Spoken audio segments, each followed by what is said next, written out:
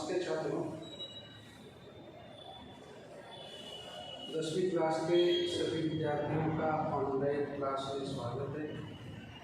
आप सबको पता है कि इस महामारी की वजह से आज भी आप स्कूल नहीं आ पा रहे हैं और इन कारण से हमें आज भी इस साल भी ऑनलाइन क्लास शुरू हो रही है। तो हिंदी की आपकी पहली कविता, आपके सिलेबस में जो पहली कविता है भारत महिमा, और इस कविता के कवि है श्री जयशंकर जी प्रसाद।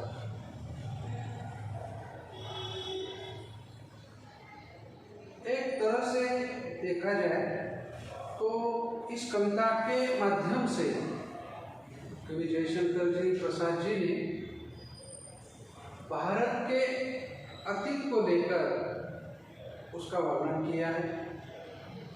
भारत प्राचीन काल से किस तरह से ये देश रहा है और किस तरह से इस देश को समृद्ध बनाने के लिए, इस देश को ताकतवर बनाने के लिए ऐसे कौन से वे लोग थे जिन्होंने अपना योगदान दिया हुआ है, और साथ ही साथ इस देश की प्राकृतिक रचना, ये रचना किस तरह से है, ऐसे कौन से कारण हैं जिन कारणों से ये देश आज विश्व में एक बहुत ही समृद्ध और ताकतवर देश आज दिखाई देता है। तो इनके प्रति भी उन्होंने अपनी इस कविता के माध्यम से ये बात हमें बताने की कोशिश की। कवि श्री जयशंकर जी प्रसाद मूलतः एक छायावादी कवि है। छायावादी कवि के ये जो 4 कवि है हिंदी साहित्य में, तो इनके मुख्य कवि हैं। इसके साथ साथ उनकी जो प्रतिभा है वो बहुआयामी प्रतिभा है। उन्होंने हिंदी साहित्य में अलग अलग क्षेत्रों में, विधाओं में, अलग अलग प्रकारों में अपना साहित्यिक योगदान दिया हुआ है। जब हम देखते हैं तब उन्होंने उपन्यास भी लिखे हैं, कहानी भी लिखी है, कविता भी लिखी है। रामायणी उनका विश्व प्रसिद्ध ये काव्य है जो कि हिंदी साहित्य की ये बहुत बड़ी उपलब्धि मानी जाती है। उन्होंने नाटक भी लिखे और उनके नाटकों के प्रमुख पात्र हमारे भारत के प्राचीनतम काल से हो चुके राजाओं की गाथा, उस समय के राजनीतिक स्थिति, सांस्कृतिक स्थिति, और उन राजाओं ने अपने राज्य के लिए जो कि कार्य किए हुए हैं, उन कार्यों को उन्होंने उस नाटक के माध्यम से अभिव्यक्त किया हुआ है। जैसे चंद्रगुप्त मौर्य, स्कंदगुप्त, ऐसे अनेक सारे महान राजाओं के ऊपर उन्होंने नाटक के माध्यम से, इस विधा से उन्होंने उनके जीवन पर प्रकाश डालने की कोशिश की। तो ऐसे बहुआयामी व्यक्तित्व के मालिक श्री जयशंकर जी प्रसाद, उन्होंने आपकी सिलेबस की पहली कविता भारत महिमा, भारत हमारा जो देश है, इसका वर्णन किया हुआ, इसकी जयजयकार की है। अब उनके परिचय को जब हम देखते हैं तो जन्म उनका 1890 वाराणसी उत्तर प्रदेश में हुआ है और मृत्यु 1937 वाराणसी उत्तर प्रदेश में ही हुई। तो ऐसे ये बहुत ही गुणी साहित्यकार, और इनको हिंदी साहित्य में एक बहुत उच्च कोटि का साहित्यकार माना जाता है।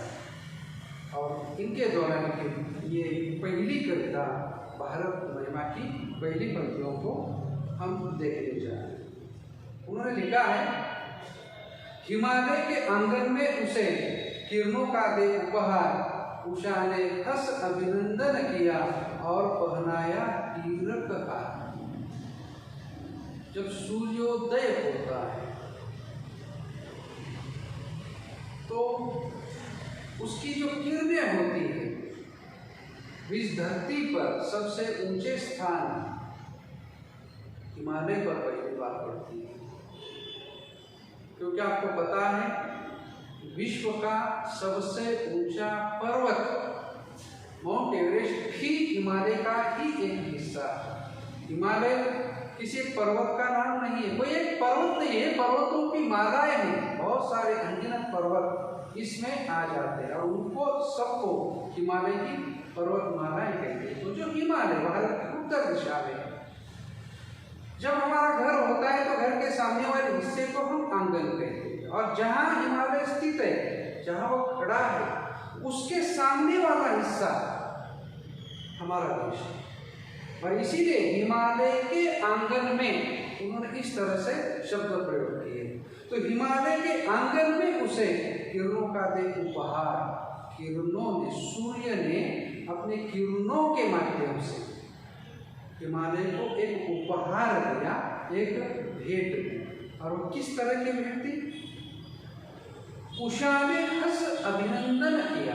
सुबह सुबह जब हमारी मुलाकात किसी से हो जाती है तो हम उसका अभिनंदन करते हैं, स्वागत करते हैं, उनको गुड मॉर्निंग कहते हैं, नमस्ते कहते हैं। तो उसी तरह से सूर्य की, और यहाँ शब्द का प्रयोग कैसे हुआ है देखिए, साहित्यकारों ने, चाहे हिंदी मराठी या किसी भी लैंग्वेज में, सूर्य के अपनी स्थिति के अनुसार कि वह कहाँ होता है, सूर्य की कौन सी स्थिति है, जिस समय सूर्य कहाँ पर है, उसके अनुसार उसका नामकरण हुआ है। और इस नामकरण में कभी सूर्य स्त्रीलिंगी होता है और कभी पुरुषलिंगी होता है। तो एक कैसे, सुबह का सूर्योदय होता है तो उसको उषा कहते हैं, सूर्योदय के समय सूर्य को उषा भी कहते हैं। और फिर जब थोड़ा सा आगे बढ़ता है दोपहर के समय में तो उसको रवि भी कहते हैं, ये सूर्य का नाम है। तो इस तरीके से पुल्लिंगी बन जाता है। और शाम जब होती है, रात जब होती है, तब भी उसके नामकरण अलग अलग तरह से हमें दिखाई देते हैं, क्योंकि उसको निशा भी कहते हैं और उसको संध्या भी कहते हैं।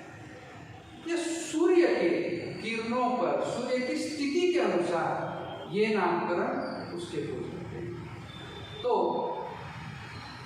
एक तरह से हम देखते हैं सूर्य और सूर्य की किरणें जो सुबह की होती है, वह कोमल कोमल किरणें जब ये बर्फाच्छादित हिमालय के उन हिम शिखरों पर गिरती है तब वे चमकने लगती है और ऐसा आभास होता है, ऐसा प्रतीत होता है कि सूर्य के किरणों ने या सूर्य ने जब हिमालय को अभिनंदन किया, सुबह की गुड मॉर्निंग की और प्रत्यक्ष रूप से उसको एक उपहार दिया। और ये उपहार है हीरे का हार, हीरे का हार, क्योंकि सुबह की वे किरणें और उस सतह की शिखर की बर्फ जो चमकने लगती है, तो इस कारण ऐसा लगता है कि वहाँ हीरे का बहुत ही सुंदर हार हिमालय में पहन रखा है।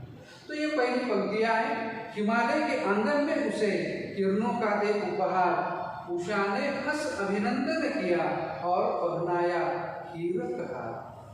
आगे की पंक्तियों में यहाँ पर श्री जयशंकर जी प्रसाद ये बात बताते हैं, जगे हम लगे जगाने विश्व, लोक में फैला फिर आलोक, व्योम तम कुंज हुआ तब नष्ट, अखिल संस्कृति को उठी अशोक। संस्कृति ये संसार, अशोक शोक से विरहित, शोक से दूर।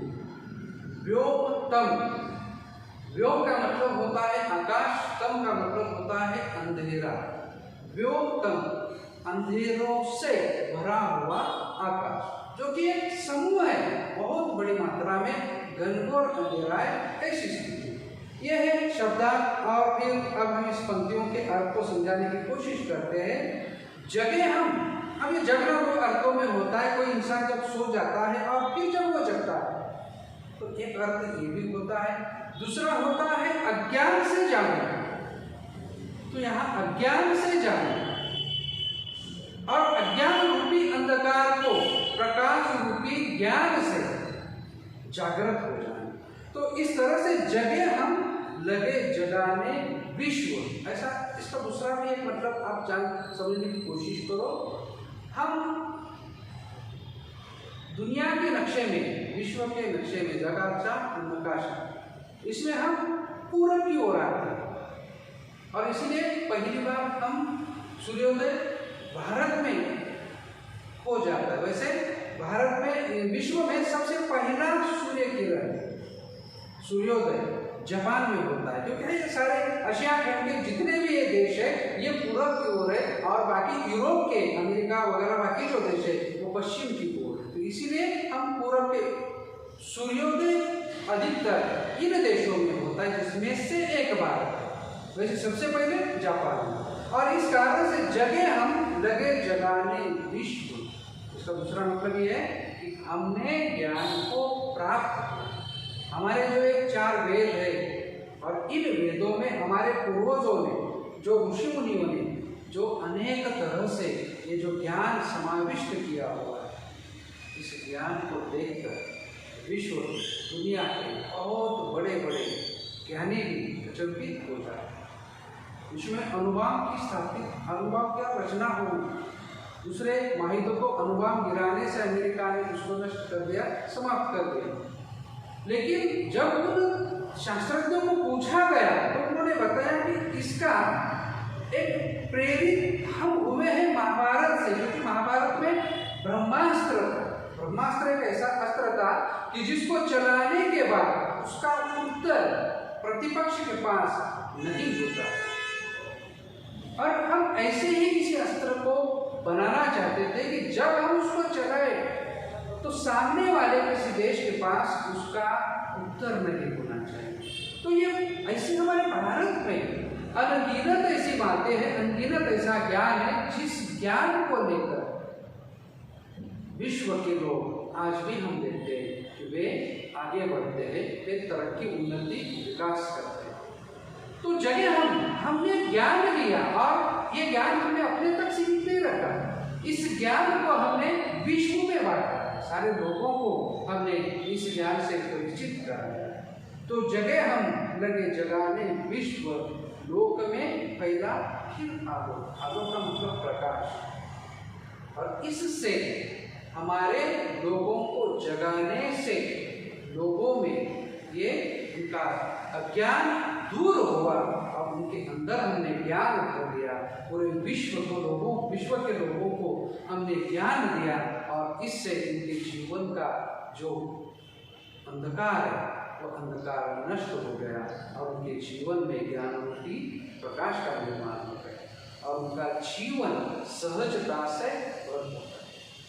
तो जगह हम लगे जगाने विश्व, लोक में फैला फिर आलोक। व्योमतम पुंज हुआ तब नष्ट। व्योमतम जो अंधेरा है समस्याओं का, और उसका निराकरण हमारे पास था, उसका उत्तर समाधान हमारे पास था, हमने विश्व को दिया और विश्व ने हमारे बताए गए रास्तों पर चलकर उस समस्या का निराकरण करके अपने जीवन में सुख प्राप्त किया। तो इस तरह से जो बहुत अधिक बड़ा व्योमतम आकाश अंधेरों से भरा था, अज्ञान रूपी अंधेरे से ये भरा था और ये तब जाकर नष्ट हुआ जब हमने विश्व को अपना ज्ञान, व्योमतम पुंज हुआ तब नष्ट। अखिल संस्कृति को उठी अशोक। अखिल संस्कृति, ये पूरा विश्व हमारे ज्ञान के कारण शोक से दूर। जो दुख है उनके जीवन का, वह दुख हमारे कारण ये नष्ट हो और ये पूरी पृथ्वी और शोक यहाँ दुख ही नहीं रहा।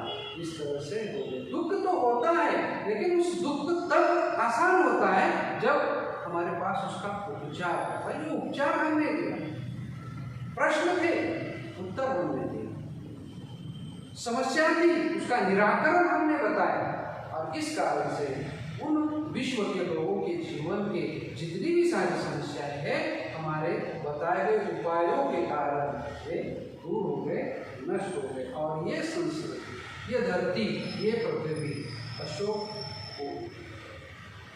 आगे पंक्तियों में जयशंकर जी प्रसाद कहते हैं, विमल वाणी ने वीणा ली, कमल कोमल कर में सप्रिय, सप्त स्वर सप्त सिंधु में उठे, छिड़ा तब मधुर साम संगीत। आगे की पंक्तियों में वे बताते, विमल वाणी हमारे पौराणिक कथाओं के अनुसार विमल वाणी सरस्वती, माँ सरस्वती, क्योंकि ये जो एक प्रकार से हर एक हमारे पौराणिक कथाओं में हमारे देवताओं की कुछ विशेषता है। जैसे चक्र विष्णु के पास था, त्रिशूल महादेव जी के पास था, तो इस तरह के हर एक देवताओं की अपनी पहचान है कुछ वस्तुओं से। तो जो वीणा है, ये वीणा माँ सरस्वती की पहचान है। अब उन्होंने उस वीणा को कैसे उठाया है? बहुत कोमलता के साथ अपने कर कमलों में, अपने हाथों में उसको उठा रखा है। तो विमल वाणी ने वीणा ली, कमल कोमल कर में सप्रिय, प्यार के साथ सप्रिय अपने कमल कोमल अपने हाथों में बहुत सहजता से उन्होंने उस वीणा को धारण कर लिया है। और इससे क्या हुआ? सप्त स्वर सप्त सिंधु में उठे। अब ये सप्त स्वर जो होता है ना, ये संगीत है। संगीत 7 स्वरों से बनता है। सारे गमों पदनी सा ऊपर का सा होता है, और इससे एक संगीत बज उठता है। और इसका अलग एक मतलब है। एक बात समझने की कोशिश करो कि हमारा देश आज भी कृषि प्रधान है, प्राचीन काल से आज तक ये कृषि प्रधान है।